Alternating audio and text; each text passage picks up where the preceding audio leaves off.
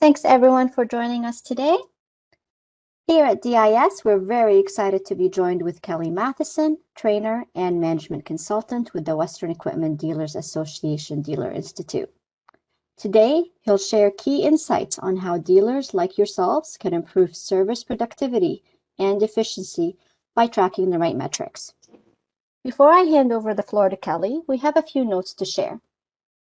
Kindly save all of your questions until the end of the webinar and direct them to the Q&A box, and we'll answer them then. A recording of this webinar will also be made available and emailed to you by tomorrow to share with your colleagues or to rewatch on your own time. Also, a survey will pop up at the end of the webinar. Please do fill it out, as your feedback is very important to us. And now I'll pass it over to Kelly. Kelly? Thanks very much, Ola, and welcome everyone to our presentation today. And I'm sure glad to be on board working with DIS and tackling a very important couple of metrics here in productivity and efficiency in the shops. So we'll get started. First of all, just a little bit about myself. I've been in the ag equipment industry for a little over 30 years. I started in a dealership in 1979. And then I went on to a different dealership. I spent 10 years with the manufacturer Flexicoil in Canada, United States, and also a stint in Australia. I then joined a single store dealership in 1976, and over the next 18 years, we went from 1 store to 2 stores to 7 stores.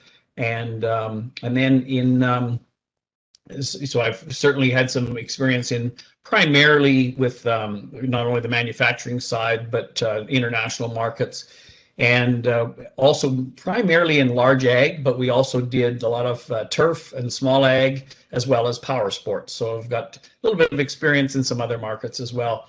In 2011, I actually took a contract in Australia, and I went over there and worked with aftermarket departments in a 13-store organization in Eastern Australia, east coast of Australia. So it was quite interesting to work with the service departments and parts departments on the other side of the planet. I then joined in 2015, I joined the Kazan Management and the WIDA Dealer Institute. We do training for dealers. I primarily focus on parts and service training. So that's a little bit about myself. Our association, of course, is we represent over 2,000 equipment dealers across Canada and the United States. We do a lot of advocacy work, working with manufacturers and industry relations, with legislation at the federal, state, and provincial level. And as well, we work with advisory on key issues that affect manufacturers and primarily dealers. We also do a lot of work in the with mergers, acquisitions, auditing, tax, succession planning for dealers, and again, the Dealer Institute division, which I'm a part of, we do training like this, webinars. We also do custom on-site training for dealers. We do performance or peer-to-peer groups, as well as classroom-style training when COVID allows us to get back to travel. So that's a little bit about our association and what we do. So today we're going to really talk about a couple of key metrics in specifically productivity and efficiency, and I'll define those in a minute.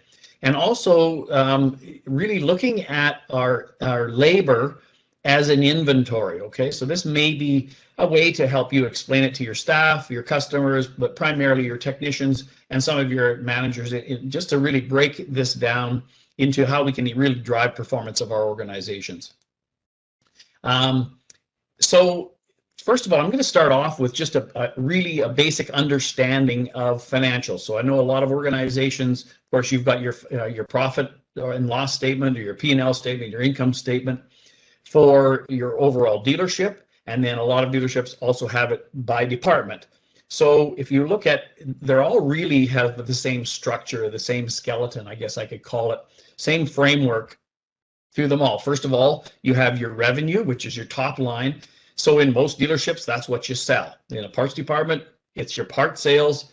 And in your service department, it's a little more complex because you have sales that are labor and non-labor.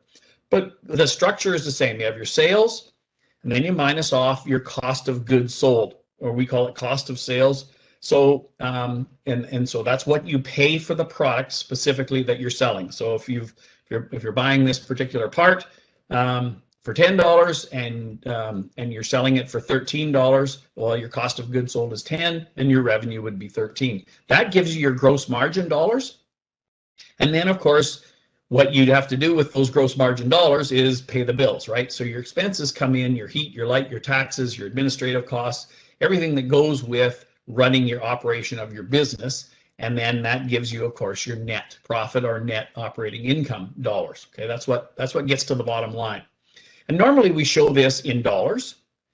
So you know how many dollars are coming in, and then we also show it as a percentage. And really, it's because we need to know how many dollars are coming, because dollars pay the bills, and the percentages are really to help us analyze. So benchmarking where we're supposed to be, where we want to be, and maybe even comparing to year, or with peer groups if you're comparing to another organization or the industry across the industry. So in a parts department, like I mentioned, if we sell a part for $10 and the cost is $7, that's our cost of goods sold. And of course, that means we've made $3 gross margin dollars.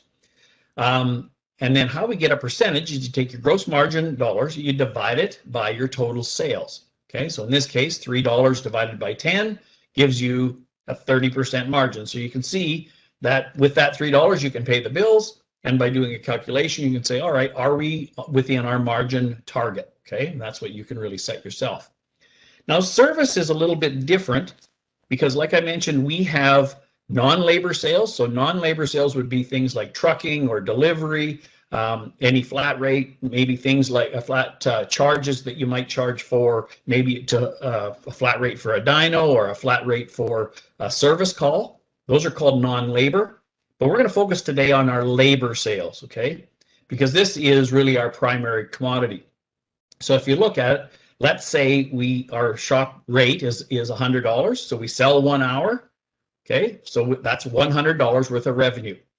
Now it's different in our service department because our cost of goods sold is really the technician's wage, okay? That's what we're selling. So let's just, for easy math, say that technician is paid $30 an hour. That's our cost of goods sold. So we've got 70 gross margin dollars, okay?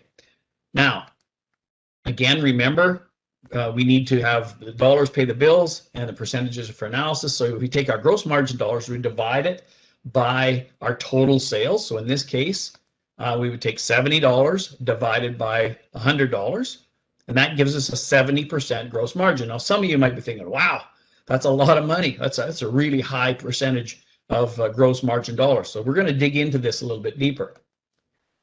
Now, when you really think about this, our primary service commodity, this is the primary thing we sell in the service department, is technician labor hours, okay? Now, going back to our parts department, I don't know if you can see my video here, but if I've bought a part, let's say, for easy math, let's say we've bought a part for $30 at 8 o'clock in the morning, and at 9 o'clock in the morning, we still haven't sold it. It's still sitting on the shelf, isn't it? Okay, somebody comes in at 9 or 5 after 9, we can say, no problem, we can sell that to you. It's still sitting on the shelf. This is not the case when you buy technician labor hours. If a technician comes in, punches in at 8 o'clock in the morning, and we do not sell that hour, at 9 o'clock, we have to buy it again. So that $30 that we bought for inventory basically has gone, like our little icon here, it's gone in the garbage because it has no shelf life. In fact, if we don't sell it by quarter after 8, we've lost, 15 minutes, right? So that inventory has no shelf life. Think about it as a loaf of bread. Even if you buy a loaf of bread, it'll stay good for a few days. You buy a technician hour, if you don't sell it, it's gone. Okay, so that's really a good way to explain it to your staff as well as your customers. So let's have a look at our labor inventory. Okay, so we're going to assume we have one technician, okay, just for easy calculations. So let's say that we have a technician that we pay 40 hours a week, 52 weeks a year, okay? So we basically have purchased, okay, we're not going to include overtime or anything like that for this example. So we have 2,080 hours worth of inventory that we've purchased, okay? That's what we've paid for because that technician is paid all the time. Now, they're not at work all the time, are they? Because they have things like this. So let's just assume they have 2 weeks vacation. So there's 80 hours of inventory we've paid for, but they're not at work, right? We also maybe have statutory holidays. Let's just say another 7.5 days across North America. It's different in every jurisdiction. Let's say another 60 hours for stat holidays. And then we also have like paid days off. So sick days, all, for medical appointments, what have you. So other paid days off, let's just say another 5 days. So when you look at this, we really have purchased 2,080 hours, but we really only have them available at work for 1,900 of those hours, okay? Now, if you're a parts person, you might be thinking, well, that's sort of crazy. Why would I buy $2,080 worth of parts only to have some of it just go in the garbage before I even get a chance to sell it? Well, that's the difference between parts and service. That's why service is more complex. So we have 1,900 hours available. Now, this is where productivity comes in. So we know that for every hour a technician is there, we can't put them on a revenue job, right? They have things like training they have to go to. They have other delays. Maybe they're helping another department. So they're not on a revenue paying job all the time they're at work, okay? So it's basically impossible to be over 100%. So we always set a target to say 85% is a good target. So when you think about it in numbers, we now have 85% of the 1,900 hours they're available is 1,615, right? So that's what we're going to target for. So the question is it realistic to have your technicians on paying jobs or revenue jobs for 1,650 hours a year? Well, it should be, right? Now that you have them on revenue jobs, is every hour that they spend on a revenue job billed out? Okay, so that's really another question that comes in. Hopefully that is, and that's where efficiency comes in. So this is where we're going to define this. Now let's do an analysis of 1 hour, and this really comes up with technicians. It also comes up with customers. They'll come in and say, oh, you've got a labor rate of 120, and I know you're only paying that technician 30, therefore you're making $90. Okay, that's the way they think. Okay, now you think about it from an operational standpoint. We have $90 of gross margin, that's true, but then what do we do with those dollars? We pay the expenses, and most expenses in a dealership run 50% or higher of the operation or your revenue. So let's just say half of 120 is going to pay expenses, so we're making $30 net operating income. But here's the problem. That's assuming that you're 100% productive. Well, then we know that's not true, okay? So if you take 85% productivity, okay, your net income, now this is where a lot of people, they'll say, well, should I take 85% of the $30? No, it's 85% of the 120, right? Because it's 85% of every hour. So when you think about it, your effective labor rate is really only 102.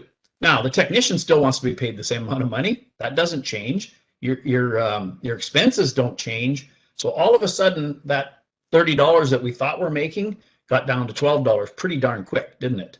Okay, so this is where what we call the leaks.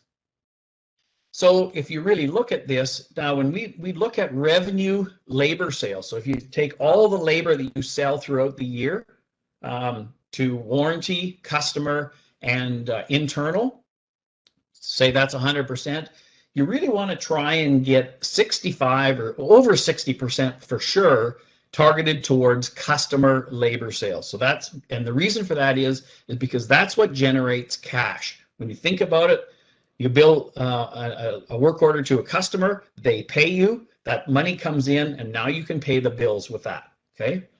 On the other hand, if you have a technician come in and you say, go and change the oil in the semi-truck, or go change the tire on the boss's pickup, there's nobody paying that bill, so that's not a revenue sale. Okay, so really our revenue labor sales are made up of customer, internal. Now I should clarify, internal is not, again, fixing the overhead door or fixing the forklift. Internal are things that add value. So these are like setup, pre-delivery of new machines, reconditioning of trade-in equipment, because we charge that out at a retail rate, and that goes to add value to that machine or product that you're selling, okay? So of all your labor, roughly around 15 to 25% is internal, and then maybe another 10 to 20% is covered by warranty, depending on your manufacturer. Now, these numbers aren't hard and fast. Some places now have set a lot of extended warranty, so they're maybe looking at doing annual warranty or service packages that are covered under warranty for 4 or 5 years with a machine. So that can push your warranty sales up, and that's fine, as long as you're really focusing on those ones that are bringing cash in. And these are generally all charged out at your retail labor rate. So non-revenue labor sales would be things like maintaining company equipment, general shop cleanup, rework, or make busy work. When you say, just go sweep the floor, make yourself busy for the next hour, that's make busy work, but there's no money coming in, okay? So that's non-revenue. So if you think about our two metrics today, productivity, simply defined, is billed hours divided by your worked hours. So remember, in our scenario there, our worked hours we paid for 2,080, but really they were only at work for 1,900 of those hours, okay? So how many of these got billed to revenue jobs? So let's say you have 8 technicians or 6 technicians, doesn't really matter. And you've paid for 11,000 hours worth of inventory, but they're really only at work for 10,100 because of vacation and sick days. Okay, then you have 8,400 of those hours have been posted to revenue jobs, customer internal warranty. So what you do is you calculate the hours that are posted to revenue jobs divided by the available hours or worked hours. Okay, so in this case, 8,400 divided by 10,100, we're at 83.1%, and our target is 85%. Okay. So that's how a very simple calculation. Now, some of you might call this revenue recovery, and I've seen it called revenue recovery. It's really the same thing. It's the revenue, the hours that are billed onto revenue jobs based on how many hours are available. Now, the next thing is efficiency. So efficiency are billed hours plus any gains or losses divided by those revenue hours. Okay, so in our case, we had revenue hours of 8,400, but let's assume we were able to bill out 8,750 to customers. So how would we do that? Well, if we have really efficient technicians, maybe we're quoting a job at a certain level and the technician can beat that time, but we're still able to bill the quoted time, we're going to have what's called a billing gain. So if in this situation, we would have 104% efficiency or charge out efficiency, and our target is 100% or greater. So some of you call this charge out efficiency, but you really have to remember this includes any billing gains or losses. Okay, that's where efficiency comes in. So who's primarily responsible for these two key metrics? So productivity really falls on the shoulders of service management, okay? Because it's really the measurement of the service manager's ability to schedule and assign as many available technician hours towards revenue producing jobs. So a quick example, technician comes into work, punches in at 8 o'clock, service manager says, oh, I haven't got anything lined up for you, go make yourself busy, go sweep the floor. That's really not the technician's fault, right? That is up to service management to say, you punched in at 8 o'clock, here's a customer job, here's a warranty job, or here's a setup pre-delivery job. At 30 seconds after 8 o'clock, you're on that work order, okay? Now, because of things like training and breaks and delays, you cannot go over 100% of productivity, okay? So that's why we use 85%. So how can you improve productivity? So here's a few good best practices. First of all, understand what it means. And so and because we know we want to have customer labor sales as the biggest percentage, remember we talked about 65 to 70% you want to be going to customer, then you want to have a good marketing, inspection, or preventative maintenance programs that really drive customer labor. So make sure you have lots of those in the mix in your marketing plan. Pre-book your pre-delivery and setup and trade reconditioning with your sales department so that when trades come in, you can open up a work order and put a technician on it. Or if a new machine's coming, you can schedule that, say, okay, there's a machine scheduled to arrive next week. I've got that booked into the system, so when it arrives, I can get a technician right on that job.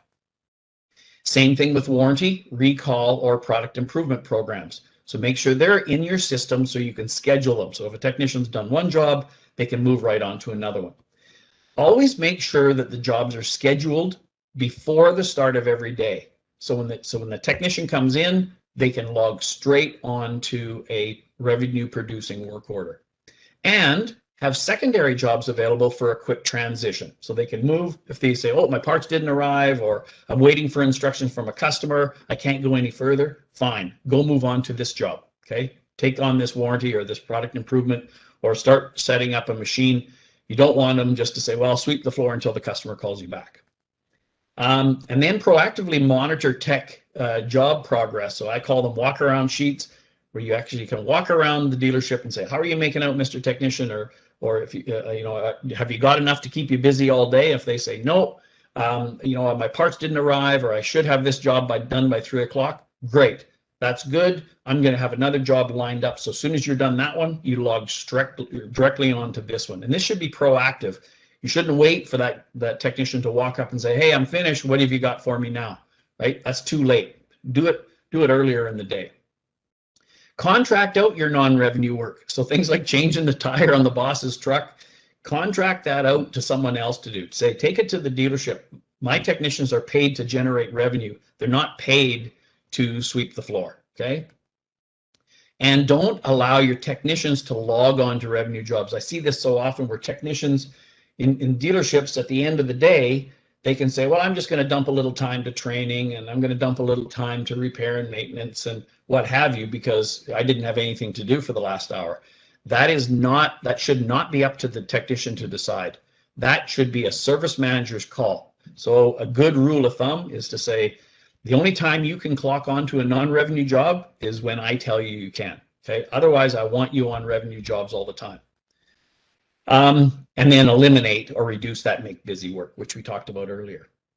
Now, efficiency, really, or charge out efficiency, it compares to the hours sold to the hours available to sell. So first of all, hours sold include any billing gains or losses, so we know we can go over that. So for example, a technician is logged on to a revenue job. This could be a customer or a warranty. They're logged on to that job for 35 hours. But let's say you've quoted that job at a higher, you've allowed more time for that technician to do it, and they beat that time. Let's say you can bill out 38 hours. You have a billing gain of 3 hours. So in this case, 38 divided by 35, you'd have 108%, 108.5% charge out efficiency. Okay. Now, B though, on the other side, that's a billing gain. A billing loss would be when you have 35 hours on a job and you only bill it out at 32, okay? You write that off or you write it down, so you have a loss. So in this case, you'd have only a 91% charge out efficiency. So this really, first of all, falls on the technician to make sure they give you enough information and do the job in an efficient manner so you can bill it out. But it also falls on the service manager to say, did I quote this a little bit higher, give myself some room, or am I writing this off for the wrong reason? So how do we improve efficiency? First of all, work with your technicians, make sure they're trained and they have the proper tools to be able to do the job's efficiency. Again, assign the technicians to jobs that they can succeed at. So if you have an apprentice, they may be able to exceed at a whole series of jobs, where a journeyman or an experienced technician can take on more complicated jobs and still succeed because they have the extra training. So you try and make sure that you do that. This is a big one. Quote or estimate jobs whenever possible. And if you really think about it in your dealerships, you might say all our jobs are different. But if you really break it down, there's a lot of things we do over and over and over again. And we know roughly how long it takes for the average technician to do it. So therefore, you can create a flat rate or standard price for that job. So you create those flat rate or standard job codes. And this is the big one. Train the technicians on proper documentation. And we're going to show you this in a second, because a lot of technicians will think all his efficiency means is they want me to work faster. Just work faster and faster and faster. That's not the case. And I'm going to show you an example in a second here. Because what we really want to do is reduce those labor write-offs. So my example where You know, they were 35 hours on a job, we only billed out 32. Well, whose fault was that? Was it the service manager's call? Was it the service admin's call? Was it the technician's errors? We need to look into why couldn't we bill that out? And this is another one. If you're not using segmented work orders, start using them. And most dealerships are doing this now, but segmented work orders really helps it break it down for a technician to know exactly what that specific task is. So if the task is change an axle seal on a tractor, that's that job. Removing the duals and the loader and the weight and all that, that's a different job, right? So segment those into categories so the technician can say, okay, there's 3 jobs there. Remove the duals, remove the weights, change the axle seal, reinstall the duals, right? And this is a big one with your parts department. Speed up those lookup and requisition times. They're parts professionals. They should be doing their job. You shouldn't have technicians taking a whole bunch of time looking up parts or picking parts especially. And then pre-plan your jobs to reduce time-wasting activities. So here's what's going on in your dealership, right? You have all this time, money, and energy going in the top, or it's like a big funnel, right? It's going in the top. And then we have these leaks throughout the day, okay? And these are the 5 most common leaks in a dealership. First of all, discounts or needless expenses. Technician accountability is a big leak. Lost efficiency and write-offs, we talked about how important that is. Make busy work is a leak, okay? And then, of course, controlling your overhead expenses that are within your control. So let's look at all these 5 one at a time. First of all, lost efficiency and write-offs is one of the largest opportunities in dealership. And when we work with dealers, if you have 6 or more technicians, this area alone can put $100,000 to your bottom line. And we've seen it time and time and time again. Just by paying attention to this is really important. So how do you address this opportunity? Well, you have to work with your technicians so they understand the importance of productivity and efficiency. This will probably require changing some old habits. But it'll also show better value to the customer and improve your absorption. We'll probably talk about absorption in a different webinar. So here's number 1, proper technician work order documentation. And I have what's called these golden rules. One of them is, it's not how much you write, it's what you write. And I hear all the time where people say, I need a better story. Well, you don't need a story. Just tell me the steps that you did and how long it took you to do those steps. That's all I need to know. Okay, so this is a good golden rule. So here's an example. Now this is an old example, but a lot of dealers can relate to it. This customer come in, he had a John Deere 4450 tractor. The customer's complaint was it had high steering effort. Okay, we give that job to the technician. Technician goes out and he finds out it's a pressure control valve. He replaces the pressure control valve and he writes down 5.5 hours and he hands it in. However, when we look at the flat rate for this, it's 2.5 hours. Uh-oh, what do we do? Okay, this is all the information we have to work with. Hopefully you go back out and talk to the technician. But in this case, all we have is 4.5 hours. The flat rate is 2.5 hours. So what are we going to charge the customer? Well, if we've quoted a flat rate, maybe that's all we can charge. Now here's the second thing is, what value does this show to the customer? And what I mean by this is even a guy like me might look at that and say, R&R, pressure control valve, doesn't sound very difficult. So, you know, I could probably do that. So I don't know why I'm paying such an exorbitant price when all he had to do is screw one valve out and screw a new valve in. Doesn't seem very hard to me. Okay, so what percentage of the time did we charge out? Well, if we charged out 2.5 hours out of 5, we've got a 55% charge out efficiency in this example. Okay. However, we're not happy with that. So instead, we go out and we talk to the technician, say, tell me what you did. Don't give me a better story. Give me the steps. So we go back out to that technician. I apologize for the size of this. First of all, we've segmented this work order. The same customer complaint, high steering effort. However, segment 1 is diagnose this hydraulic problem. Okay. So the technician goes ahead and he installs the pressure lines. He has the clutch PSI gauges. He installs a jumper hose from one SCV to another. He starts the tractor, heats it up to operating temperature, and he starts conducting some tests, high PSI tests, leak return tests, sump tests, element leakage test. Oh, and once he's done all these, and he knows what specifications they have to hit, he finds that the pressure control valve is out of spec. Okay, so that's telling me the problem is in my pressure control valve. Segment 2, R&R pressure control valve. Okay, so then what steps did you follow? Well, I inspected the pressure control valve, I removed the O-rings and fittings, I removed the shims, and I found that the valve was scored and sticking. So now, not only did I diagnose that that's where the problem was, I verified that that's where the problem was, and then I replaced the valve and reassembled. And what's missing on this slide is tested it. Steering effort is now normal. However, look at segment 2. This technician was able to complete segment 2 in 2 hours. So he spent 4.5 hours.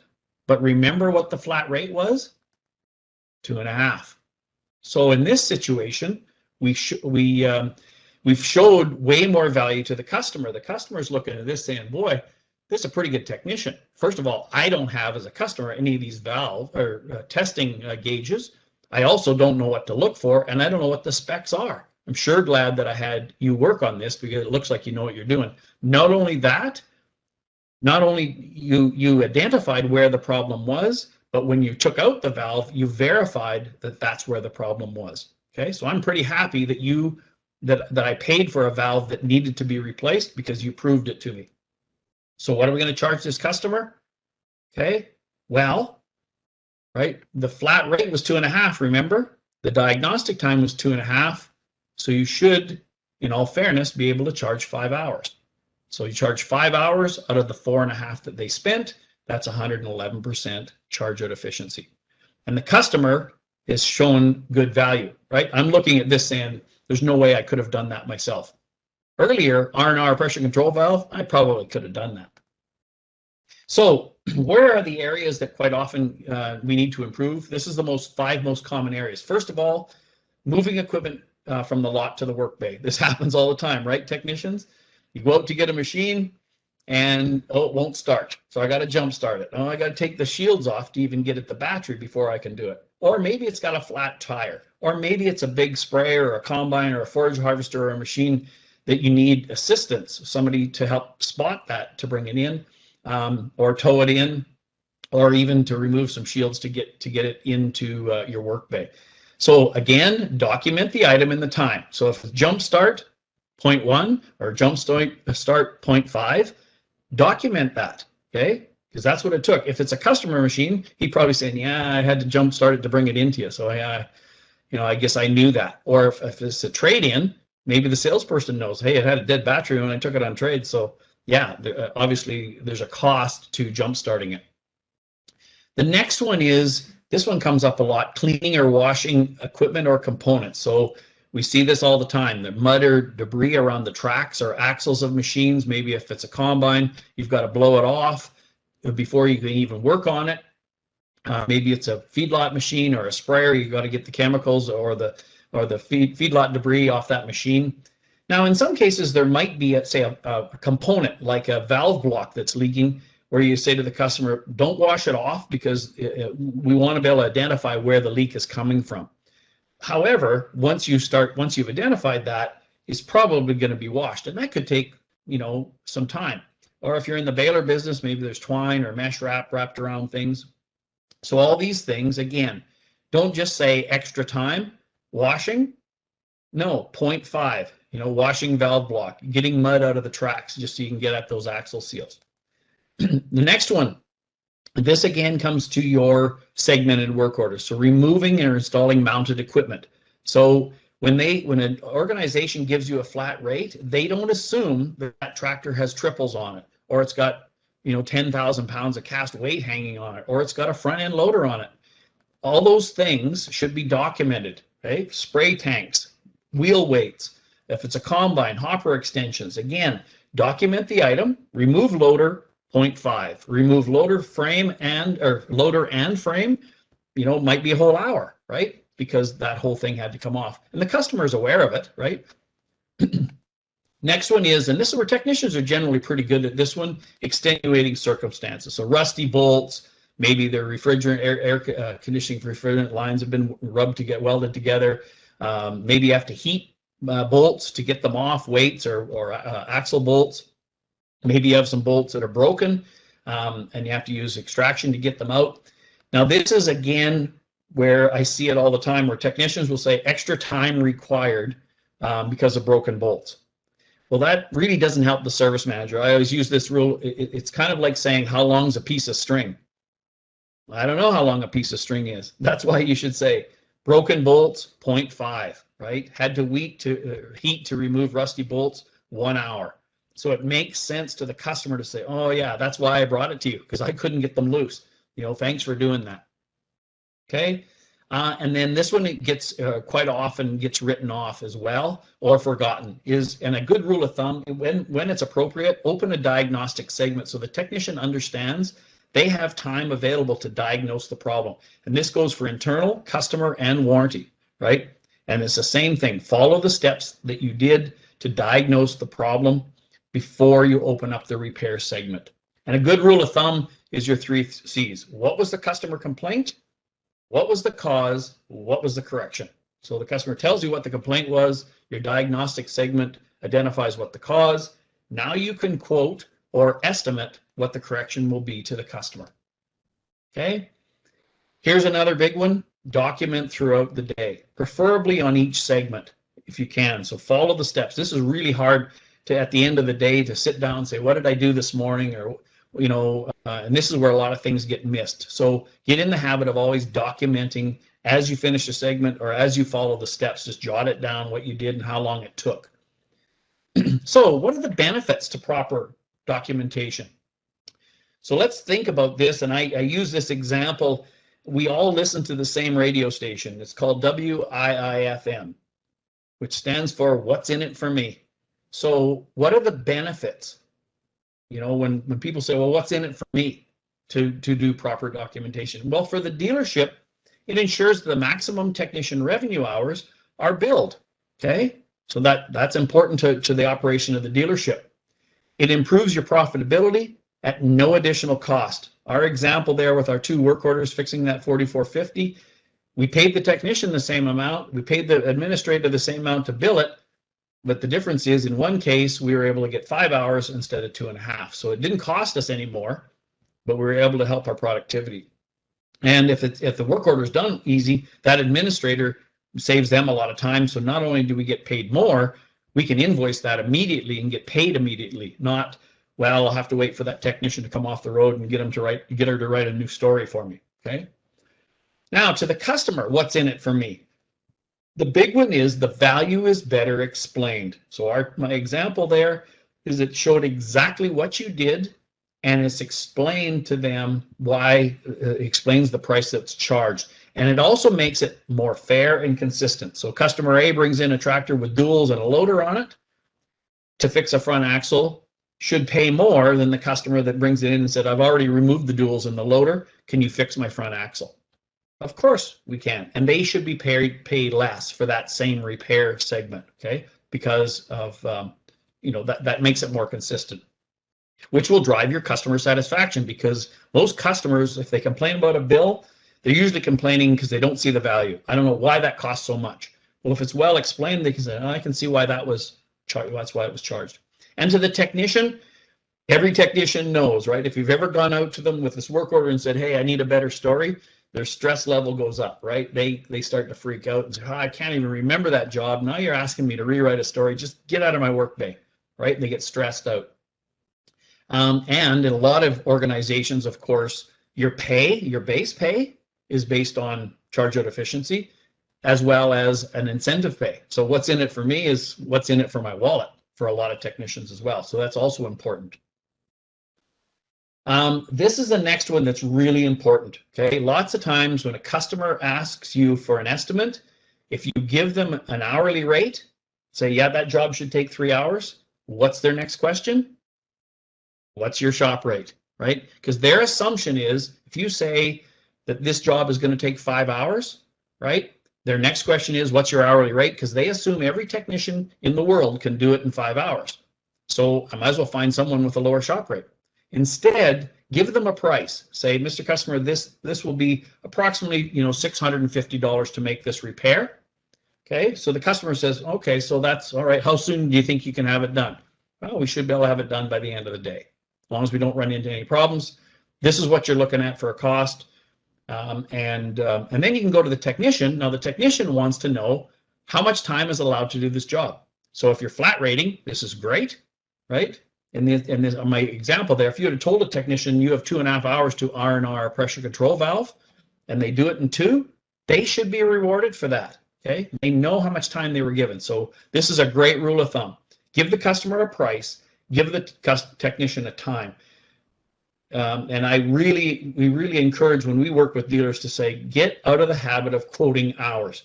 Just, even if you need a cheat sheet to say 1 hour is this, 3 hours is this, 2 hours is that, so that you bite your tongue when you say that should take 2 hours. Say, no, this should cost you around $250. Unless we run into any problems, and I'll give you an updated estimate if we run into any snags. Then the customer will say, good, go ahead and make that repair. So how do you get buy-in for all this? First of all, you should hold regular technician meetings. I call them toolbox or huddles, and explain these things so the technicians understand that charge out first of all, productivity. So we want them on revenue jobs all the time, as much time as possible. And they understand why that's important. Second of all, make sure they understand efficiency doesn't just mean work faster. It could mean have a more organized work day, plan your jobs better. Don't stand around wait at the parts counter. So, but you need to identify what specific gaps. So show examples. Maybe it's a work order gap, maybe it's a tool room gap. Wherever the problem is, identify where they are. And work with your people to say, how could we improve this? Now that we've identified the problem, how could we do this? You'd be surprised how the people in the trenches will say, I know exactly what we need to do, right? To solve this problem. We're wasting so much time a day.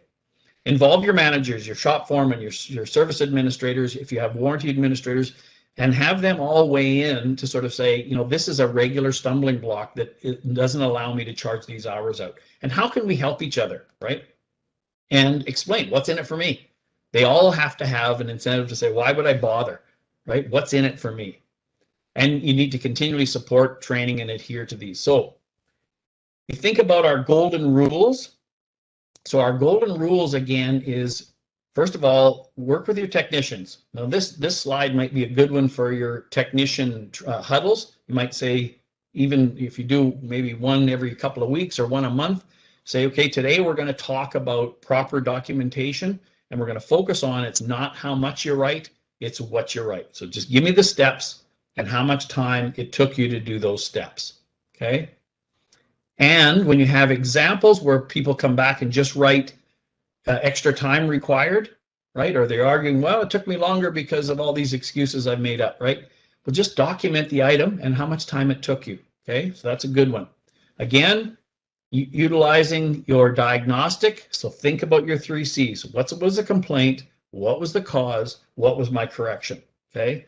And that in this situation, the cause should be a diagnostic segment, and then the correction should be the repair segment. And there might be 2, 3, 4 repair segments, right? If you find 2 or 3 or 4 problems. Number 4, work with your technicians to document throughout the day. So make sure they understand how important that is, that as soon as they're finished a certain task, get it written down while it's clear in their mind. It's a lot faster to do it then, whether you're entering it on a laptop directly into the work order or whether you're writing it on a work order sheet to be written by your service administrator. It's a lot easier. And this is the big one. Give the customer a price, give the technician a time. When you really think about it, a technician, there's nothing they like better when you can come out and say, here's the job. You're going to have, I've allowed a couple of hours to do diagnostic. I think you should be fine there. Let me know if there's a problem. And if you get to this stage or you're getting to a repair segment, and I've quoted 5 hours to the customer, I've quoted a price to them. So you've got 5 hours to do this job. That allows that technician to say, okay, good. Now, if they get 4 hours into it and they're not getting anywhere, that's a great time for them to raise their hand and say, hey, I'm having an issue. We have trouble here. We're either going to have to re-estimate this or I'm going to need help. But don't wait till they're 6 or 7 hours in and say, well, I didn't know how much time I had. I was just working away at it. And now you're telling me I only had 5 hours. Well, I wish I had known that yesterday, right? So always give the customer a price, give the technician a time. Quoted work orders are much easier to close, right? If you've told a customer it's going to be $500 and that work order comes in at $450, you can close that. You don't have to call the customer and say, hey, I need approval now. No, I already told you 500 and it's less than I estimated. Bang, close it, right? So where do we go from here? First of all, let's find out where we are today, right? So use your business system to find out, so where are we on productivity? How many hours have I got my technicians on to revenue jobs, okay? And what's my target, right? It's kind of like playing a game when you don't know the score. Well, how hard do I work? What's the score? How much time's left on the clock? Then you set a target to say, okay, where do we want to be? Maybe your productivity is already at 80%. And you say, okay, by the end of the year, we're going to get to 83. And then next year, we're going to get to 85, right? So identify where you want to be and set realistic goals. And work with your, with your business system supplier to make sure you're utilizing all the tools, right? From tracking your time to quoting your times to making sure that all those steps are can be easily followed without a whole bunch of administrative nightmares. Your system is really set up to do all these things, and because it really comes back to it's garbage in and garbage out. If you're not utilizing all the tools you have in front of you, well, then you're not going to be able to get to the results, or you might be able to say, well, we have no idea where we are. Well, this is where you can ask for some help to say, okay, where do I have to enter the information so I can get good tracking at the end of the day? And educate everyone involved. So it might be service administrators, your technicians, service managers, maybe your warranty writers, all those people in the chain to say, and there might even be some situations where your accounting team or your payroll people need to be involved to say, hey, we need to track properly when a technician clocks in for work, that they can clock directly onto a revenue work order. We haven't got two different systems going on there, right?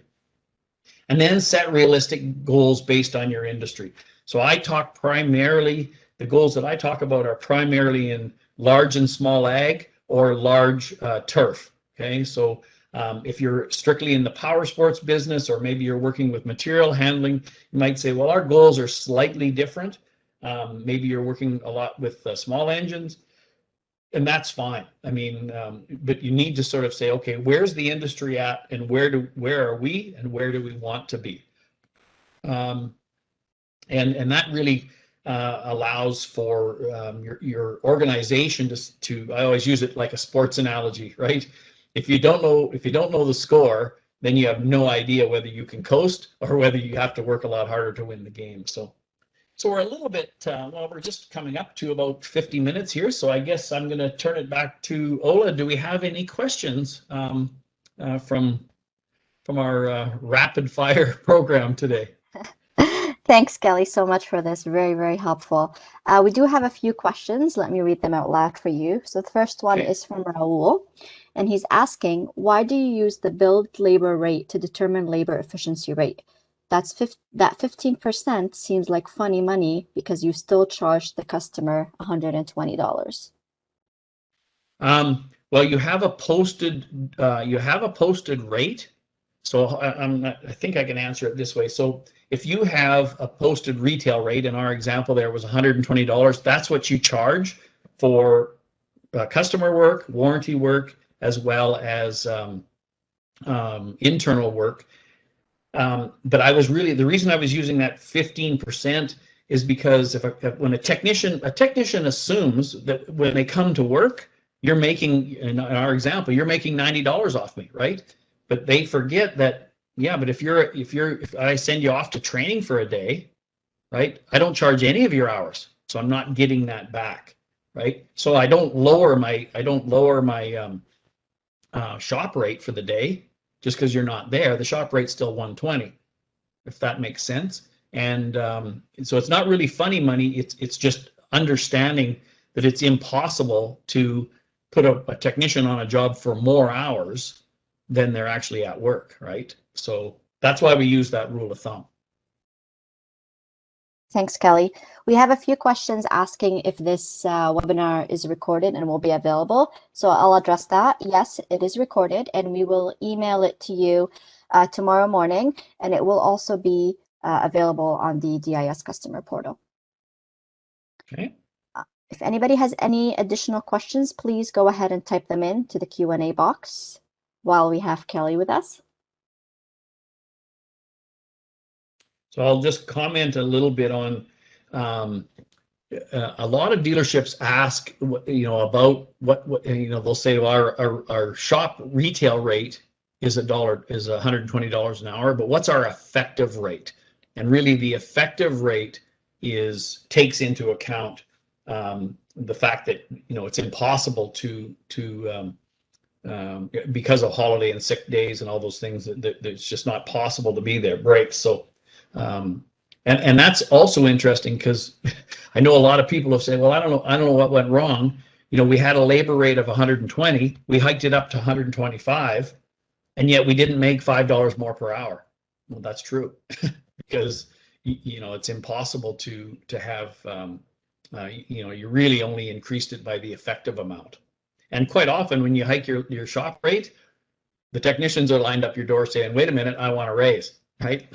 so you give them a raise and you didn't automatically make $5. And in a lot of cases, it's, you end up at the same place again. So we've got a couple more questions, Kelly. Yep. Now. Blair's asking if the rates are different between internal, warranty, and customer. How will this be calculated? Well, you probably it's really your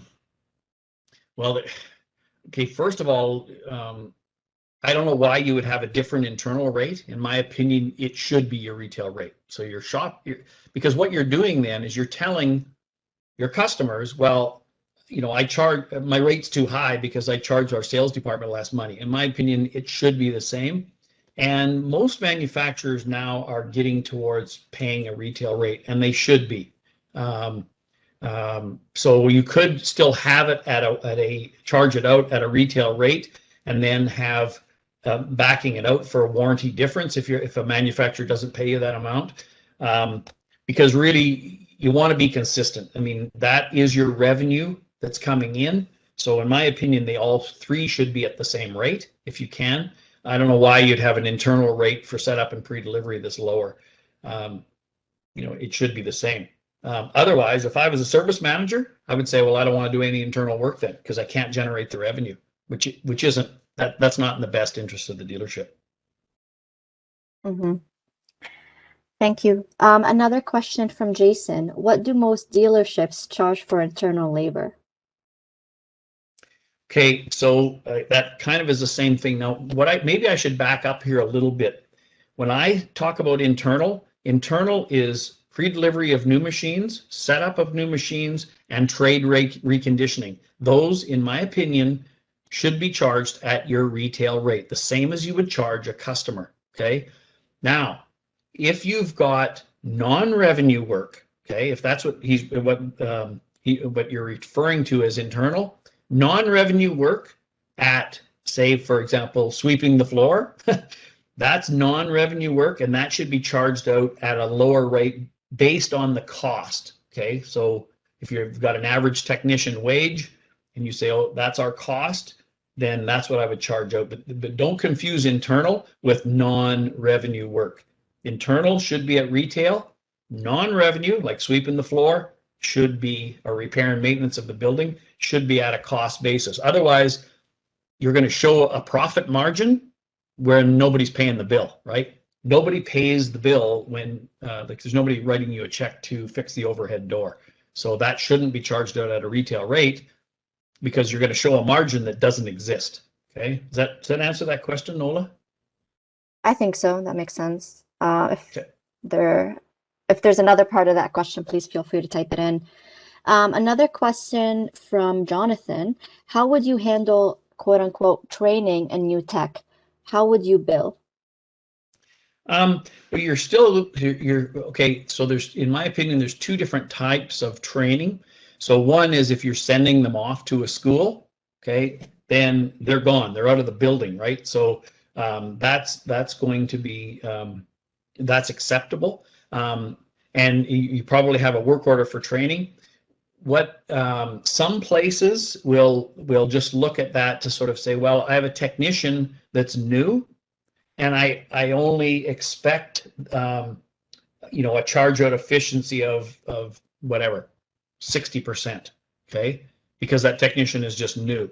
I can't put them on all revenue jobs, or they take longer. So so you kind of look at that capability, but I always look at when you go across the average. So if you're flat rating a job, the average technician should be able to make that time.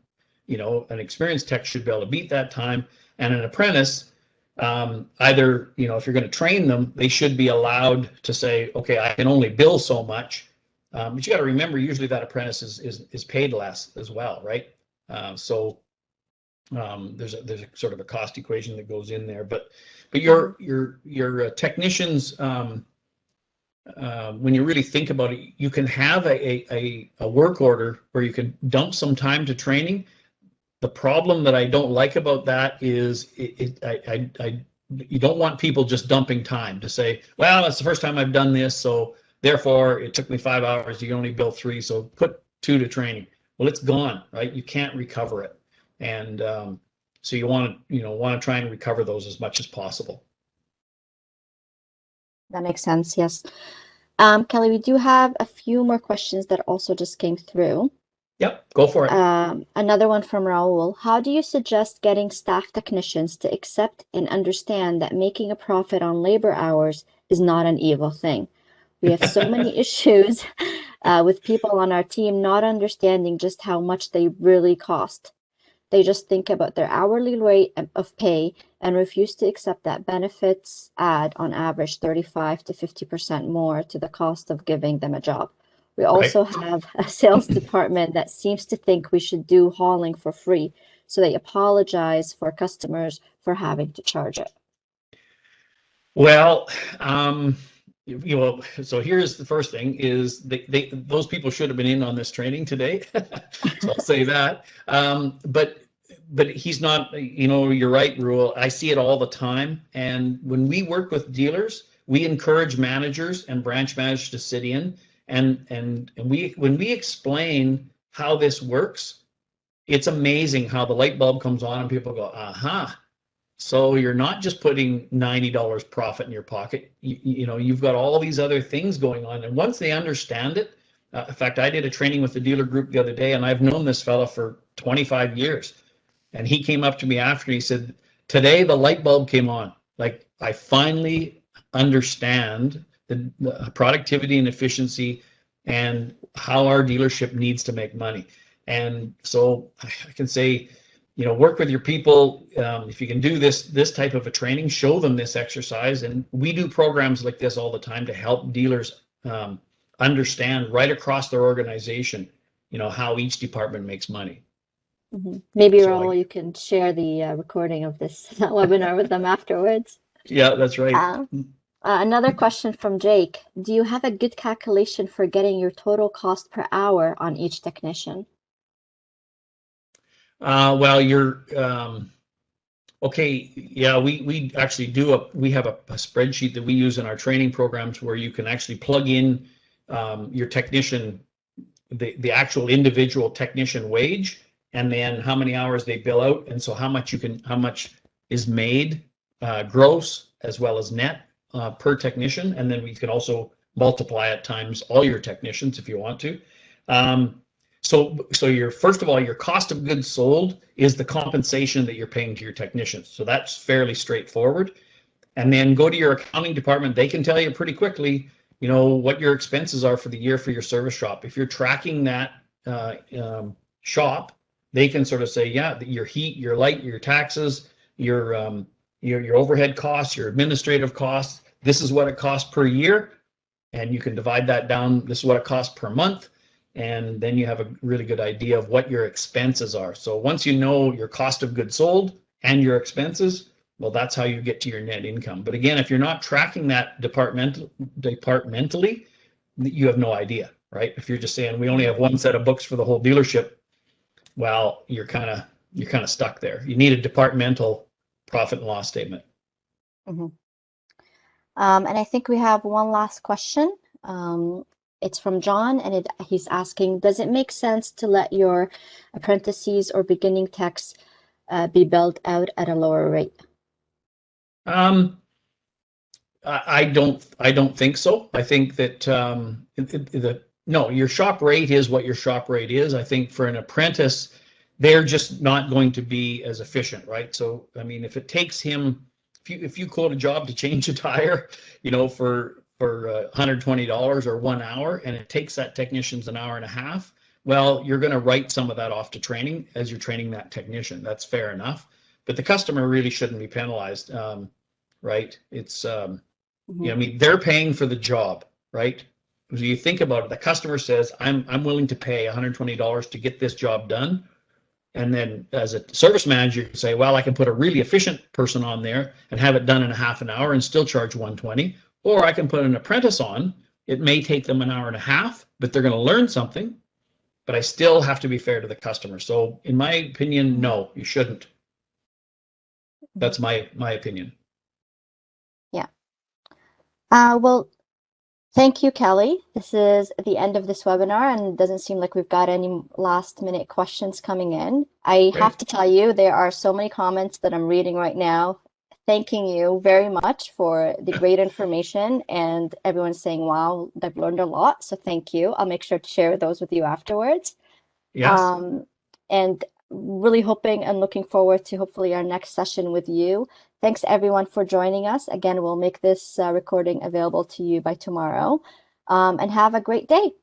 Great. Thanks, DIS, for your helping. Ola, thanks for reaching out to me. And to everybody that's joined today, thanks for taking the time. And yeah, reach out to us if you have any questions. We're glad to help. Thanks, everyone. All right. Thank you. Bye-bye.